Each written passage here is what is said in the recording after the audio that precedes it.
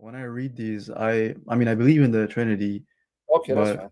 yeah. So in Exodus 3:14, you know when God is in the Old Testament, Yes. He's speaking to Moses. He Ihye, says, "I am who I am." Ihye, Ashir, Ihye. Tell them Ihye has sent me. Okay. And He says, "This is what you are to say to the Israelites. I am has sent Brother, me to you." Right? I love you, Raphael. Listen, I want you to pay attention. You're named after one of the seven archangels. I just repeated the verse for you. I just said yes. Exodus Yeah. 3:14. Ehye, Ashir, Ehye, Ehye. I know, bro. Is I that know. Hebrew or Greek? That's actually Spanish. It's Hebrew, brother. It's written in Hebrew. Okay.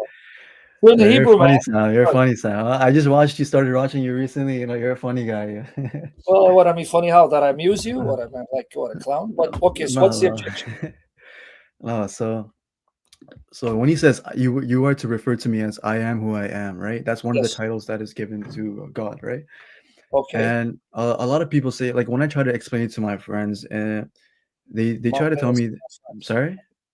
I'm like, I'm shocked. You have friends. People are desperate these days. But go ahead. So it says, and people say, oh, so but when Jesus is talking to the, he's asking the blind man, and the blind man claims to be Yeah, I John, I am. know. I am. Yeah, Yeah, yeah. yeah.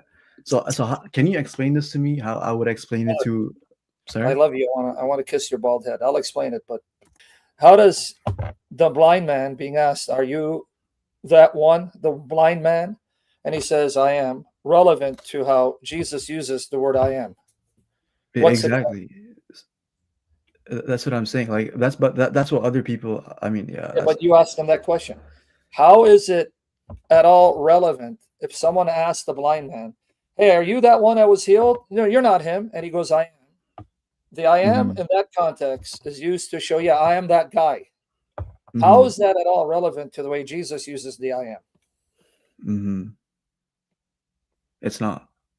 Okay, so this is what you tell them. Say, what's the connection with "I am" when asked if he's that particular blind man and the way Jesus uses it?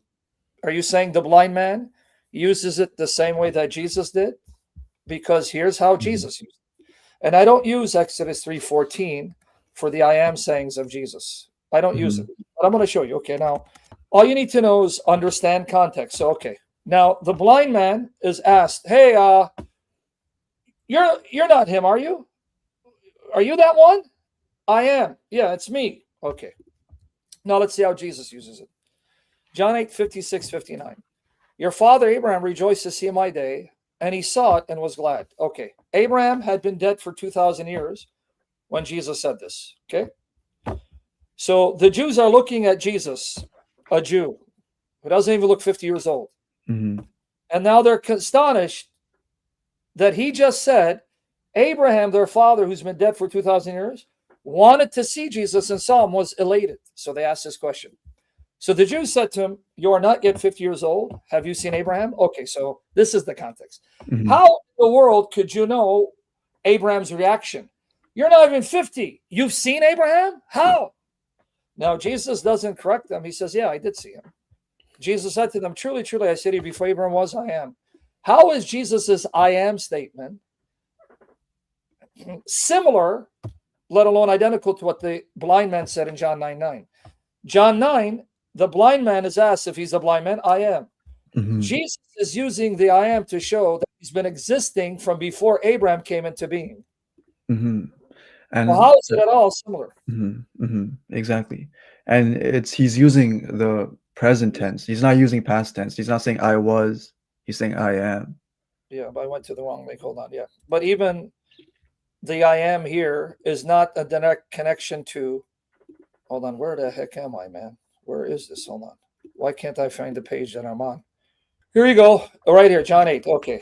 Not only Mhm, that, it's not, yes, it's present tense, but the implication is it's the present tense to show an existence that goes way back before Abraham and continues to the present moment.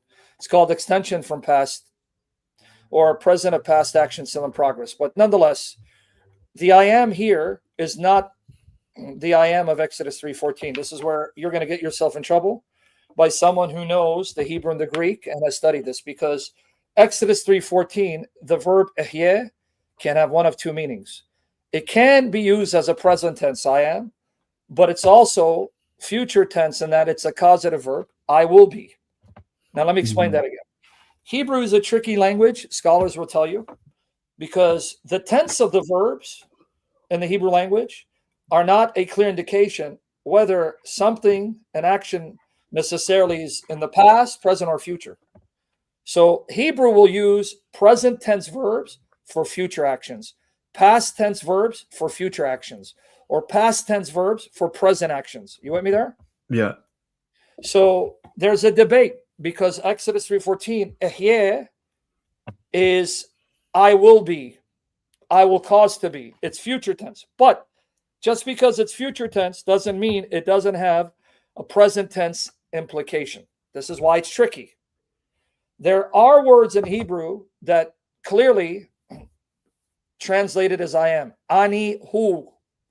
Ani, I, hu, I, he. That can only be rendered I am he. Or anoki hu.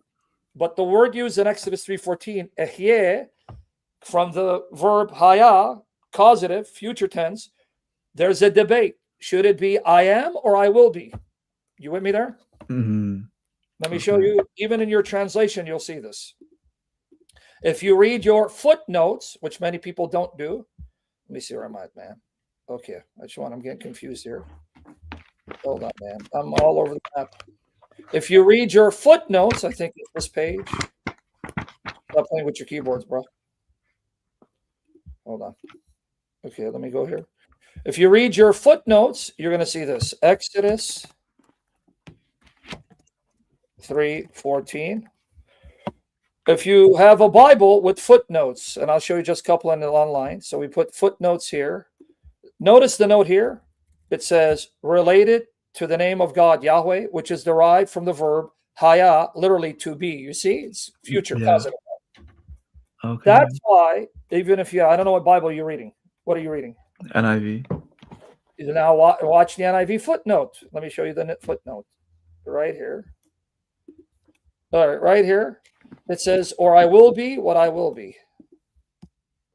I will be what I will be. So, okay. So that's saying future tense as well. Yes. So in other words, you're going to the wrong text to show that Jesus claimed to be God. Because you're saying, see, God says I am, and Jesus said I am, and therefore he's God. No, that's not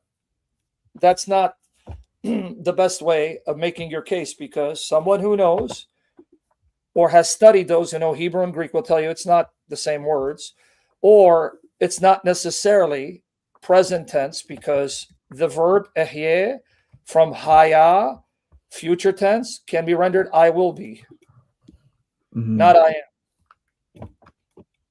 So you're going to the wrong text to make your case. You're trying to see Jesus said I am. In the bush, God said I am. Therefore, Jesus claimed to be the name of God. That's not the best argument. And I have 100,000 sessions and articles on it.